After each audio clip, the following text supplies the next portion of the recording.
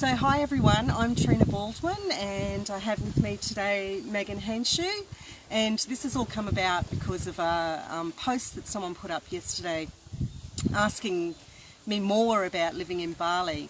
Megan and I are both in Bali now. We're both single parents. Hi Amy, thanks for popping on. We're both single parents.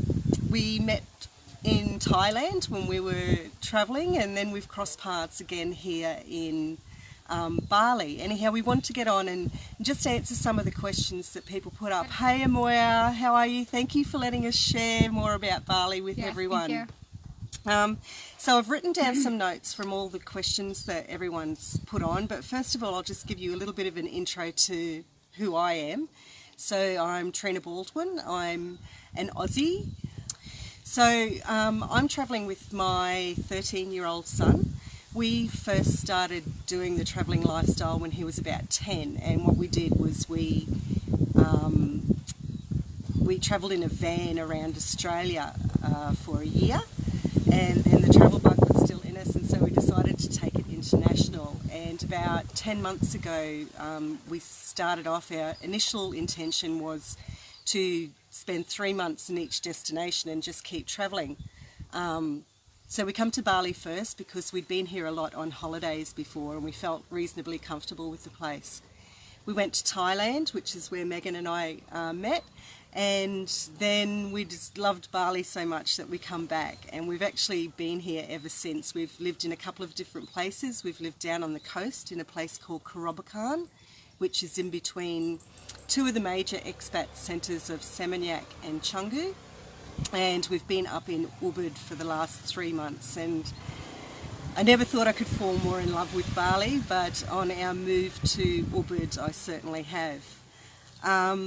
So yeah, that's a little bit about me, and Megan, if you just want to introduce yourself. Yeah, so I am traveling with a 9-year-old, he's soon to be 10, and we started traveling full-time in October. We started with the Project WorldSchool Summit in Chiang Mai, and that's where I met Trina, as she said. She made a strong case for Bali. At that time, had zero interest in coming to Bali.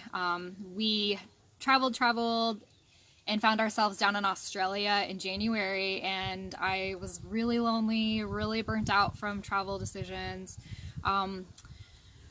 Budget was going by really fast in Australia, obviously, and it just wasn't working down there, and decided to come back to Southeast Asia. Heard there were good schools in Bali, and heard there were a lot of families, heard there were a lot of single parents, and just decided to go for it. Came for on the 30-day visa, extended again, and we've been here now for about 5 months. One of the questions that had come up when I mentioned how affordable it was here was, what do I actually do for work? So my main income producing work is I do transcription work, medico-legal transcription work. When we started traveling in October, it was my plan to use Khan Academy to homeschool. I have an education background, so how hard can that be to educate your own child, right?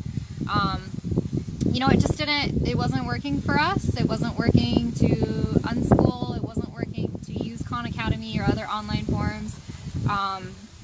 We just were really clashing together, and that's where he wasn't excited to take advantage of museums and parks and all these offerings. I'm pretty passionate about tweens and early teenagers because it's this really awkward time where they're not really interested in the play groups, but they can't really do things by themselves, and they're not into museums. So our experience was that it wasn't fun. Like, traveling wasn't fun together. It's not what it looks like. So that's where I surrendered, and I said, we really, really want a learning community, not necessarily a school, but just a learning community. And that's what I had heard about Bali, so at that time that's where we came.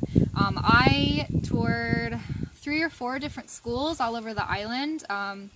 There are, I think, 10, I'm going to easily say 10 different schooling options, from very expensive to like homeschool, much more affordable within a 10-mile radius.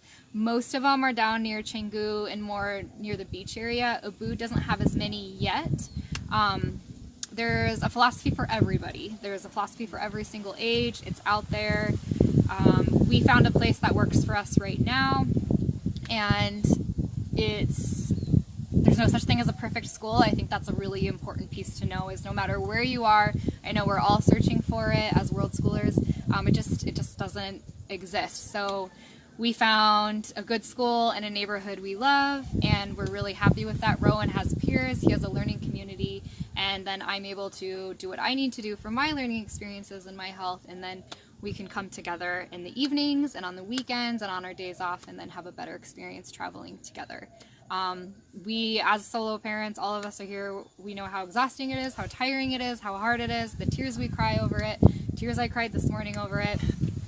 And you have to figure out what's right for you. If unschooling is right for you, awesome. If it's not right for you, you shouldn't have any shame or any guilt about that whatsoever. Find a learning community, find your village, find your homeschool people. Like, that's what it's about. So that's why I love Bali, is that we have been able to find this amazing learning community, an amazing community of solo parents, an amazing community of two-parent households that are very welcoming to single parents. It's for us, it's check, check, check, check, check.